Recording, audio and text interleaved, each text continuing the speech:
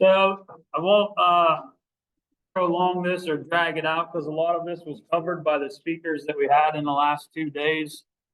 Some highlights for us, as soon as Kip gets it here. Obviously, CPBM, that's a really big step for Pennsylvania. So Todd had a great presentation on there, how many students we had, first ever program for Pennsylvania. So really big step for us. And then Eric covered the field tour already, so that was really great. We're looking to do a lot more of those coming up this year. Fire Council can help sponsor through the communication committee. Jeremy can help with those tour logistics and working with you to get that stuff out there. We're definitely looking for at least 2 this year upcoming.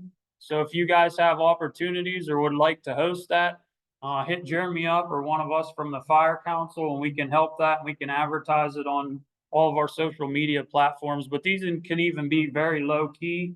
The biggest thing to consider a lot of times for these is parking.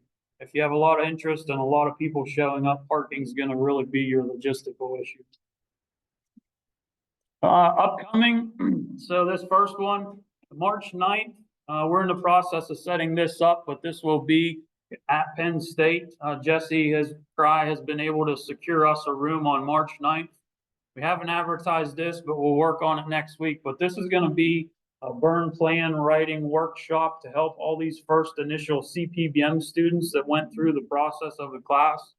We're going to help them with a burn plan writing workshop so that we can kind of help ramp that up. And maybe some more of those CPBM students will be able to get their burn plans turned in and maybe be able to submit all their stuff for certification. As Todd mentioned, we don't really have a date on the second round and we don't want to jam everybody up this spring, especially the mentors. So we'll wait until we have enough students to make our next CPBM class, but probably definitely maybe by the fall if we have enough students. But we definitely don't want to jam up all the mentors this spring and all those opportunities that other CPBM students from the first class still might need to get some of that fire experience and get out on some burns with you guys. And as Todd already mentioned, we do have one already for review that we're hoping to certify possibly.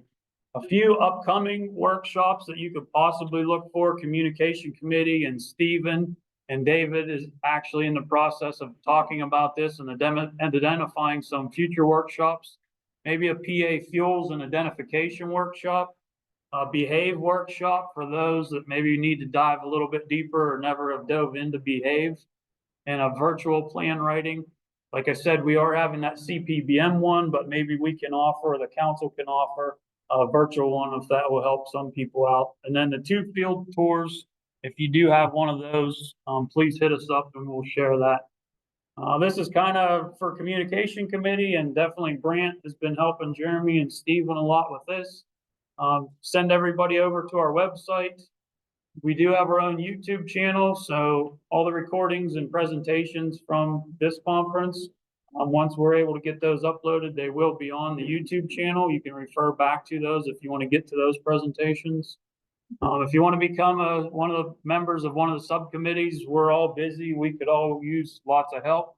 If you have a specialty in communication or media or planning or training, reach out to us. You can send general emails to the website, or you can hit up one of the board of directors, but we could use as much help as we can get at any time. Last slide, I'd like to personally thank all of our speakers we've had here from the 2 days. If we could give them a round of applause.